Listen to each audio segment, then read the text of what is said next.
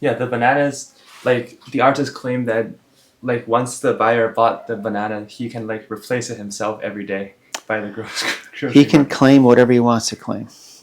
I can claim things right now too. It doesn't mean it's of substance. It But why does. did he get the attention but not anyone else who claimed something like this? He knew people. It was at, what was that, Sotheby's or Christie's? So there's going to be people there, lots of wealthy people there, probably some cameras there. It's a perfect place to do it. You know, I don't know. I mean, there's, like, you know, it used to be the Abex painters. Abex maybe abstract expressionists, New York 50s. The jingle was, I'll probably be sued for this, but the secret to a very good Abex painter is to have a relationship with an art critic.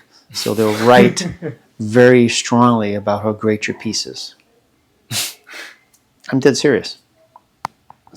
So you think most of contemporary art is just like ridiculous? People trying to get attention. I don't want to say all contemporary art is ridiculous. I'm just giving you examples that I think are like, okay, how about this? How about this? So I have two kids, all right? So this is when they're like 5 years old. And there was this kid's book. And it was a little piggy. And the little piggy had a little piggy mom. And they go to the art museum because mom wanted to get him culturally there. And they look at a Jackson Pollock. You know Jackson Pollock, maybe? Splashes. Okay. So the little kid says, I could do that. So what made Jackson Pollock? Like I said, going back to the Abex painters in the late 50s.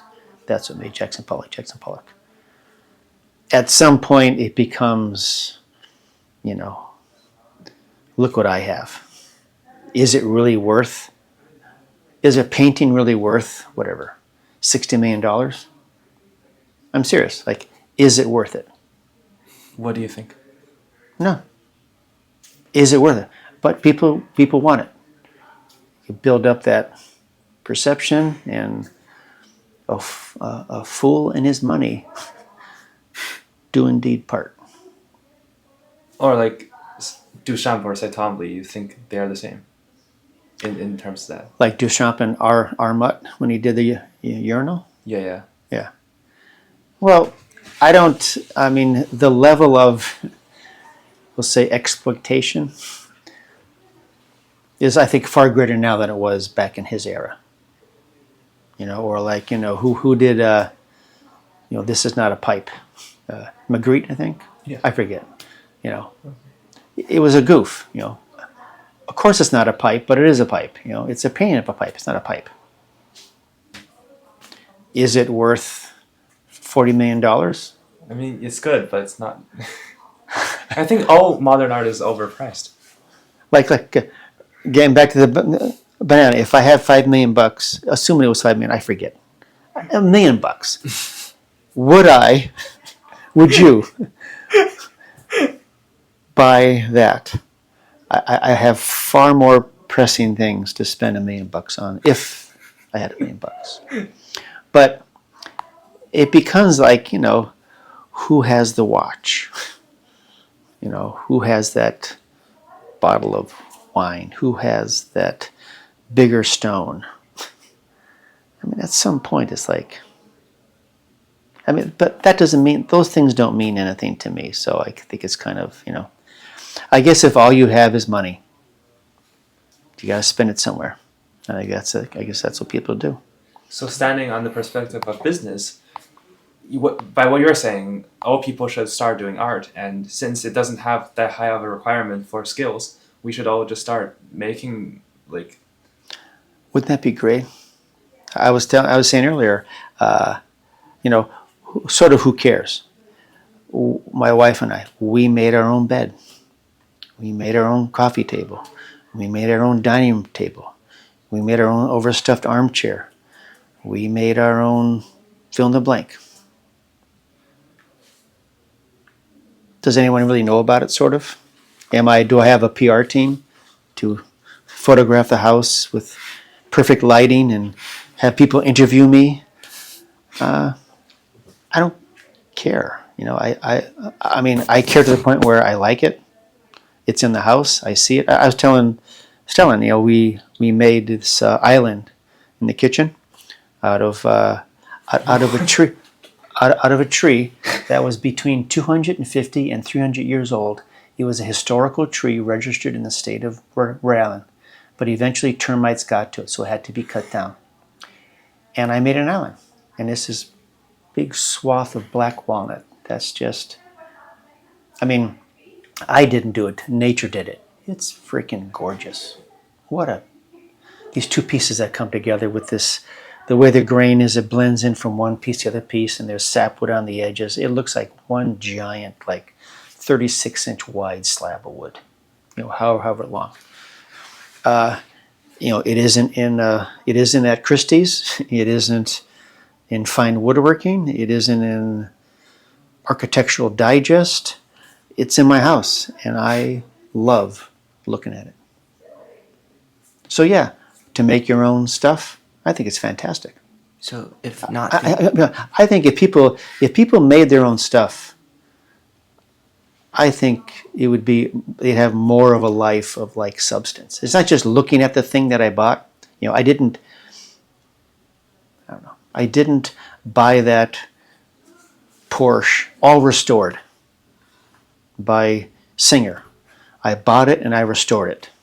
So I'm not looking at, I look at something that has history, has a relationship, has depth, has a story for that black walnut. Got the tree from a funeral home, hired someone to bring it to a mill, brought back the slabs of wood in my truck, air dried it 1 year per inch. We're talking air dried 3 years, and then it became an island in the kitchen. That means something. I didn't have, $1 million to go buy something and it's sitting in the house now. Or, I restored that car, or I made that island, or I was showing him, I made the pool house. I didn't hire people to just do it. I think if you do that, there's something that happens when you do stuff.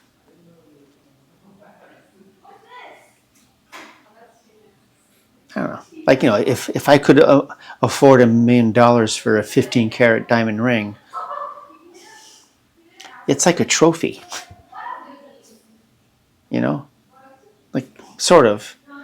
What happens? Well, someone wants a bigger diamond ring. Someone wants a bigger this, more of that. It's like, if you made stuff, I think you become a little more balanced. A little more forgiving about stuff, too. Do you think the problem of overpricing artwork applies to only modern art or also to like the old masters in the past? Like classical art? Well, I was saying earlier, it seems like things become really, really expensive way after they're dead. They're not really making the money while they're alive. They're supposedly recognized or appreciated after they die. Not everyone, but a lot of people. I mean, Van Gogh. Yeah. I mean, think about it. Whatever his paintings are worth now, was he making that kind of coin when he was alive? No. He was on the streets. Well, I know. No way. On the streets, lopping off his ear. These things that are so valuable now, it takes time. I mean, I don't know. I mean, I do believe, one of your questions, you need, art, you need craftsmanship, you need skill to make a great piece, whatever it is. But most things are then interpreted so that they're mass-produced. A lot of things. I don't know. All I'm saying is, I think people would be a bit more, they'd be less needy if they made stuff themselves. I also kind of believe, now I know it's a bit mission impossible, because you can't do it all. But the more you do things yourself, meaning the more you take care of your own things, that's kind of where you ought to be, like what you can handle. Like, for example, like you cut your grass. You don't hire someone to cut your grass. You shovel your snow, snow blower your snow. You as I say for a car, you do the brakes, you do the rotors, you do your exhaust system, you do this, you change out the alternator, you change out your radiator. I'm not saying you're going to be an expert, rebuild the motor and rebuild the transmission, but the more you do stuff, you try to, a good level of what you have, I think, is what you can take care of yourself. You got so goddamn much, you need everybody to take care of your stuff.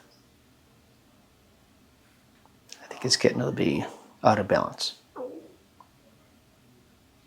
So if we don't think about the market, so in your opinion, what we were talking about when we were talking about art is what is art?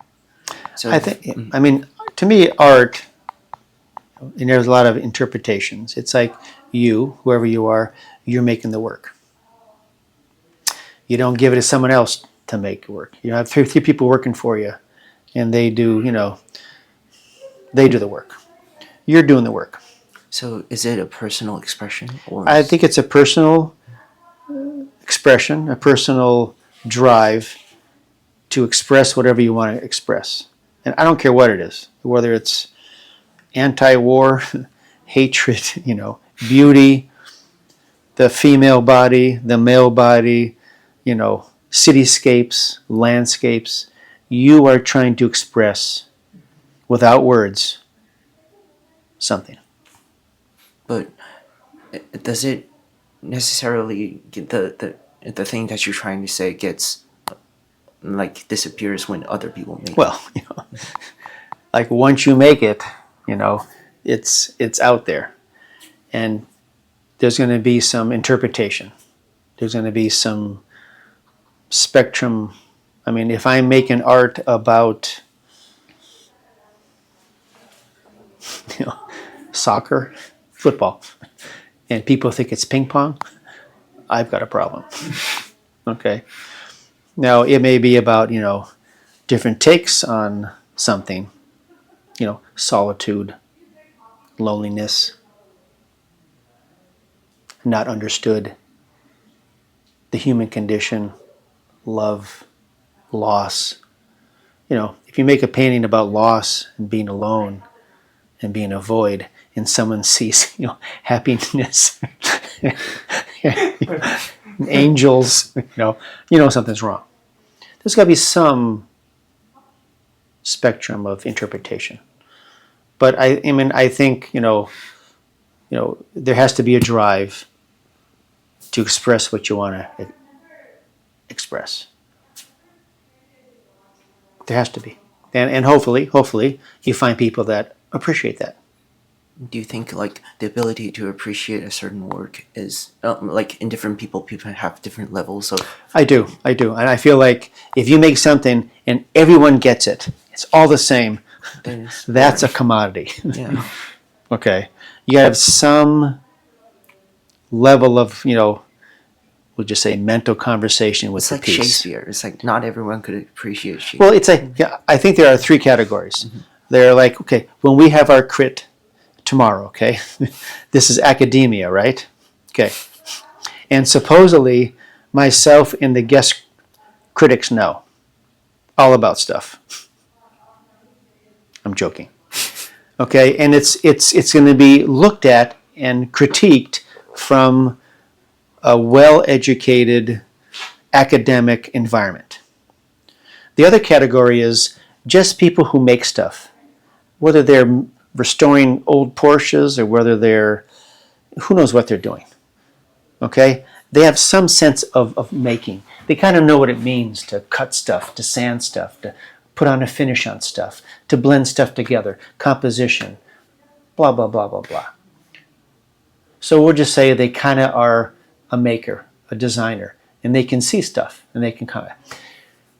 but they're not a furniture maker. They just appreciate what it takes to pull off something well. The craftsmanship. And then there's the third category, like they don't know nothing about nothing. I'm joking. They're I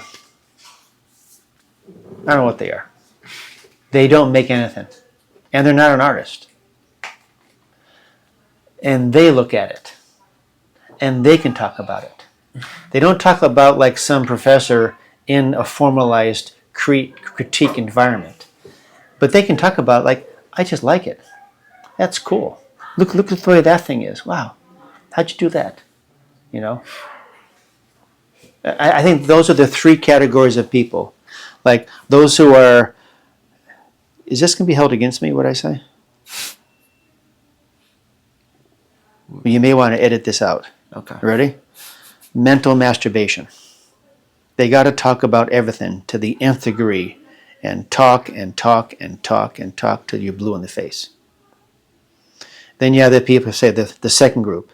They make stuff. Maybe they build houses. Maybe they restore cars. Maybe they do this, they do that. They know what it means when people make stuff. Create. And they see it and they, wow, that's, love the way that you, blah, blah, blah, blah. And then people that, just, that's a cool piece, man. I mean, as simple as that's really cool. I mean, I'd buy that, or I wish I could afford that. And if you make something that all three of those things hit, that's a good piece. That's a good piece. I don't want to just please the person that's critiquing it in some gallery or in class. I want the person that just thinks doesn't have all the art speak. They think it's cool. But I don't think, like, maybe for music, Bach could be enjoyed by everyone. Well, it's impossible to make something that every single person enjoys it. You just want a healthy percentage. But I think the majority of people who enjoy Bach is, like, educated. I mean, in music or in aesthetics, I guess. And do you think, like, for, like, normal people, there is, like, difference in aesthetics, and they... There has to be. I mean, like, otherwise we all be driving the same color car. We'd all be wearing the same pants, the same color pants, the same shirt, the same color shirt. We'd all be wearing T-shirts, or we'd all be wearing long sleeve shirts. We'd all be wearing shorts. I mean, do you think there is a higher, like, ability to appreciate things in just like people who think more and feels more things, they could appreciate things in a deeper and more well-rounded way? But I think you can have that whether you're, the average person or the above average person. I don't think you need to. I don't think it's limited to the so-called educated person. I think so. Everyone's view matters. I think so. Everyone has. I mean, there are people who are so-called. How about a movie? A critic says such a movie is great. I think it sucks. I hate that movie. That's a lousy flick. I could care less what the guy says. He supposedly is a movie critic. Sees them all, hears them all, and he likes it, and I don't. Maybe he's getting paid for it. Maybe he's getting a kickback. I have no idea. I don't care. So I mean, it used to be in the U.S. What was it called? It was called. I think of it. But if you had a radio station, and you're playing the music, you were paid to play that music. It was supposed to be just on its merits. Payola?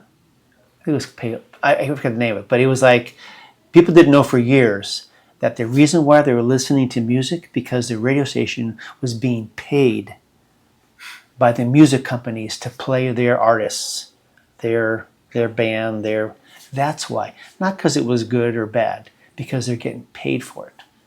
So, I mean, I don't necessarily, I think what you do is you find someone who has similar taste with your taste. That critic for music, or that critic for books, or that critic for, film in the blank. But like, I'm not beholden to someone, a so-called expert, and it has to be good. I have my own opinion. I could care less what they think.